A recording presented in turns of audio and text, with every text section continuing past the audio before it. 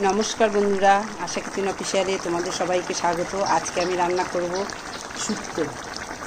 এই গরমের মধ্যে কিছুই তো খেতে ভালো লাগে না, আর এই শুক্তোটা খেলে এই গরমের মধ্যে শরীরও ভালো থাকে, খুব উপকার হয় শরীরের পক্ষে।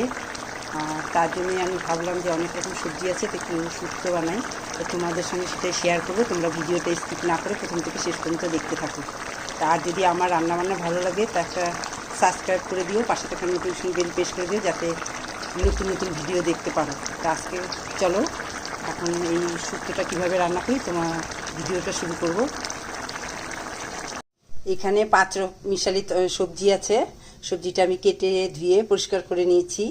এই যে লাউ, মিষ্টি কুমড়া, আলু, বেগুন, কাঁচা কলা, মূলা, নানা রকম সবজি দিয়ে আমি একটা তরকারি রান্না করব। তা তোমরা ভিডিও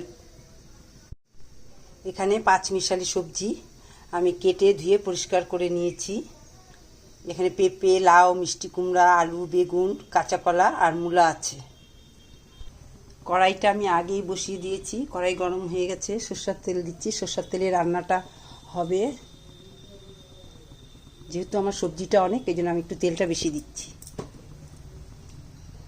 শুকনো লঙ্কা চিড়িয়ে দিয়ে দিলাম, দিয়ে দিচ্ছি জিরা 1/2 টেবিল চামচ আর 2টো তেজপাতা, আর দিয়ে দিচ্ছি 5 ফোড়ন।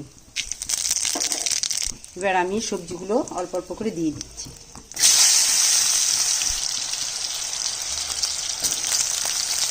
ঝিঙ্গাও দিয়েছি এর মধ্যে।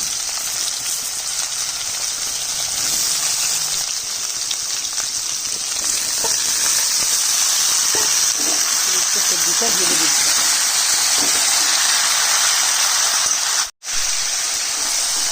সবজিটা একটু ভালো করে কষিয়ে নিব, আর সবজিটা নরম হবে, আমি তার জন্য লবণটা দিয়ে দিচ্ছি।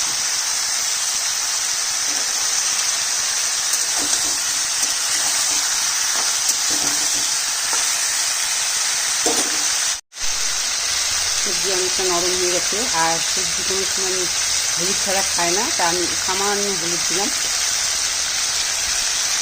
এই সবজি হলুদ ছাড়া খেতে হয় না, তাই একটু হলুদ দিলাম।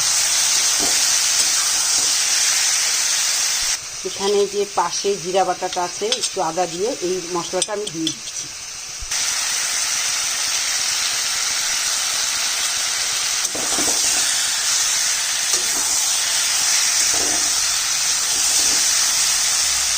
সবজি ভালোভাবে কষানো হয়ে গেছে, এখন দিয়ে দিচ্ছি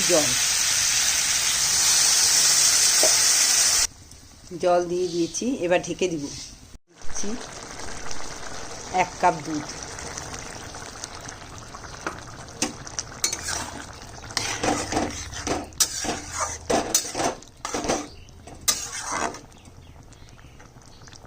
এবার দিয়ে দিচ্ছি 1 চামচ ঘি।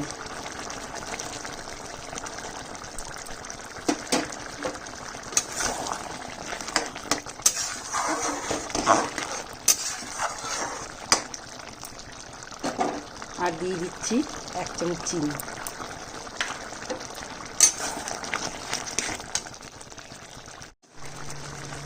শুক্তো রান্না রেডি। এভাবে শুক্তো রান্না করলে খেতে খুব ভালো হয়, আর এই গরমের দিনে এই শুক্তোটা খেলে পেট ঠান্ডা থাকে, বড় ছোট সবাই। তা আজকের মতো রান্না আমার এখানেই শেষ। আমার রান্নাটা যদি ভালো লাগে তো অবশ্যই একটা লাইক, শেয়ার, কমেন্ট করবেন। তা আজকের মতো রান্না এখানেই শেষ। টাটা। ঢাকনাটা তুলে দিচ্ছি। সবজি অনেক নরম হয়ে গেছে।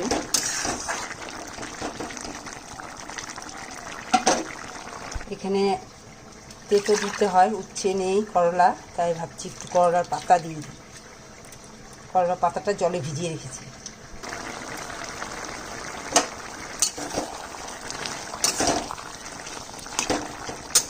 দিয়ে দিচ্ছি করলার পাতাটা।